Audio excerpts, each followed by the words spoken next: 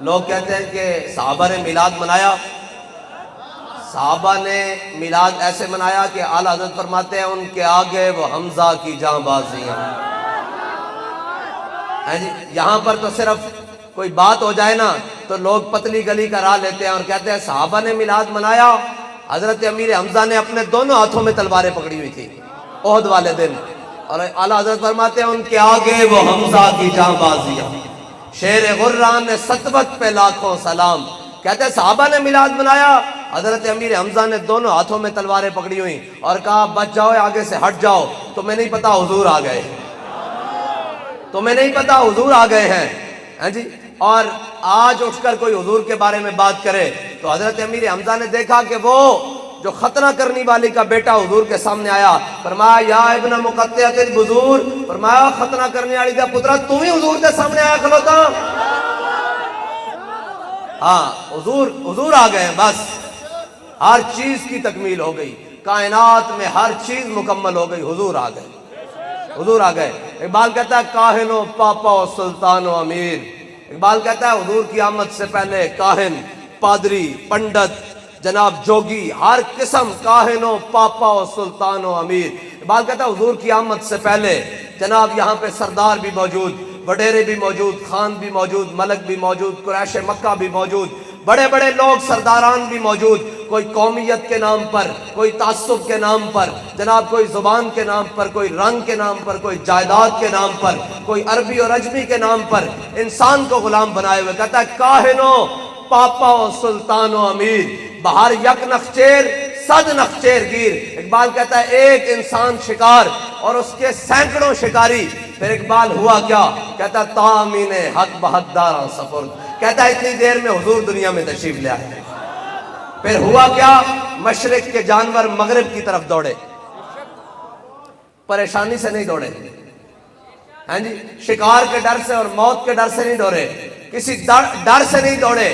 کیوں دوڑے, مشرق کے جانور مغرب کی طرف اور مشرق کے جانور مغرب کی طرف اور مغرب کے جانور مشرق کی طرف ایک دوسرے کی طرف دوڑے. انہوں نے کہا تمہیں نہیں پتا حضور آ گئے ہیں. انہوں نے کہا آج وہ امام الانبیاء تشریف لے آئے ہیں, انسان تو کجا انہوں نے جانوروں کے حقوق بھی بتا دینے ہیں. جی, حضور آ گئے ہیں. اور انہوں نے کہا تامین حق بہداراں سپرد, بندگارا مسند خاکاں سپرد. کہتا ہے حضور آ گئے ہیں. آج تو جنہوں نے ساری زندگی یہ نعرہ لگایا کہ ہم غریبوں کی بات کریں گے, ہم غلاموں کو حقوق دیں گے, اقبال کہتا ہے آج حضور آ گئے ہیں. حبشے کا غلام ہوگا, چڑھا ہوا کعبے کی چھت کے اوپر ہوگا.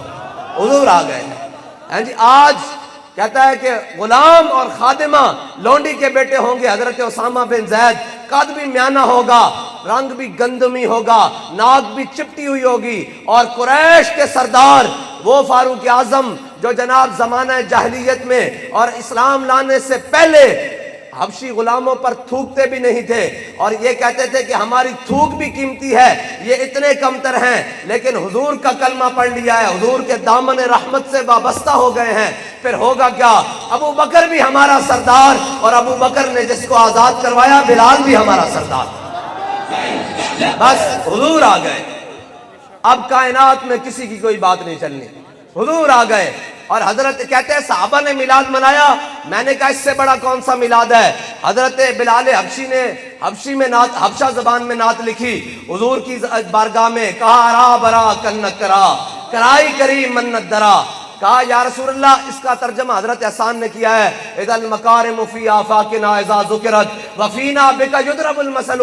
یا رسول اللہ قیامت تک آپ آ گئے ہیں, اب قیامت تک کسی کی بات نہیں ہوگی, جب بھی بات ہوگی آپ کی برکت سے آپ کے غلاموں کی بات ہوگی.